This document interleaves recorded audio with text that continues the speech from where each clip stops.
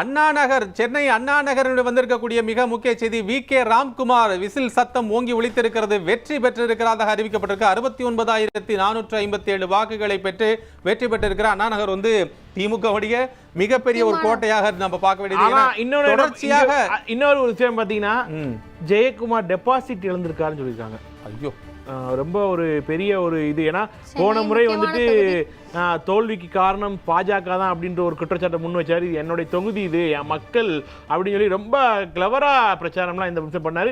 கண்டிப்பா வெற்றி பெற்றுவாரு அப்படின்ற ஒரு நம்பிக்கைலாம் இருந்துச்சு. ஆனா கட்டுத்தொகை, அதாவது ஒரு பிரச்சாரத்தில், அதாவது டெபாசிட் இழந்திருப்பது வந்து ஒரு பெரிய ஒரு, அதுவும் வந்து புதிதாக வந்திருக்கக்கூடிய இப்ப திமுகவுடைய வேட்பாளரை எதிர்த்து அவர் வந்து இந்த மாதிரி அவருக்கு டெபாசிட் இருந்திருந்தா ஒரு பேசுவதும், புதிதாக வந்திருக்கக்கூடிய ஒரு வேட்பாளரிடம் கட்டத்தொகை இழந்திருக்கும் என்பது ஒரு பெரிய அவர்களுக்கான இழப்பாகவே பார்க்கப்படுகிறது. தமிழ்நாட்டில் வந்து தற்போதைக்கு 83,000 வாக்குகள் அதிகமாக பெற்று தாவேக்காவுடைய பிரபு திமுக வேட்பாளருடைய முன்னிலை பெற்றிருக்க அப்படிங்கிறத நம்ம பார்க்கிறோம்.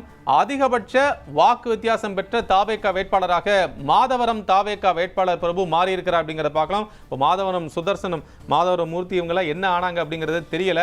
இந்த சூழ்நிலையில் எப்படி இருக்கிறது களம்ங்கிறதுக்கான ரிசல்ட் தான் இப்போ நம்ம பார்த்துட்டு இருக்கோம். சேலம் எடப்பாடி தொகுதியில் வெற்றியை 69,000 வாக்குகளுக்கு மேல பெற்று மன்னார்குடி தொகுதியில அமைச்சர் டிஆர்பி ராஜா தொடர்ந்து பின்னடைவை சந்திட்டு இருக்கிறார். அங்க அதிமுக தொடர்ந்து முன்னிலையில் இருக்கிறாங்கன்றத அதிமுக கூட்டணியில அமமுக சார்பா தான் அதிமுக கூட்டணியில.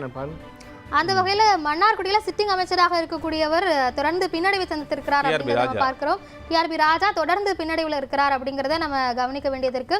அதே போல பாளையம் கோட்டை தொகுதியில வந்து அப்துல் கவாப் திமுகவினுடைய வேட்பாளர் வெற்றி பெற்றிருப்பதாக பல்வேறு ஊடகங்களையும் செய்திகள் வந்து கொண்டிருக்கிறத நாம தொடர்ந்து பார்த்து கொண்டிருக்கிறோம்.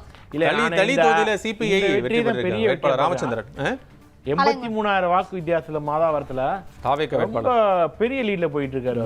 அப்போ நீங்க யோசிச்சு பாருங்க, இந்த இதுவரைக்கும் நம்ம வந்திருக்கக்கூடிய ஒரு கணிப்புகள், எனக்கு என்னன்னா, நம்ம 2011 எப்படி ஒரு ஸ்வீப் இருந்ததோ, 1996 எப்படி நமக்கு ஒரு ஸ்வீப் கிடைச்சதோ, அது போல ஒரு சேஞ்ச் வந்து இப்ப நம்ம ஆளுங்கட்சி எதிர்கட்சியா இருந்த நபர்கள் தான் மாறி இருக்காங்க.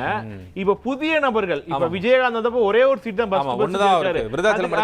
அதுக்கப்புறம் தான் அதிமுக கூட்டிட்டு போனாரு.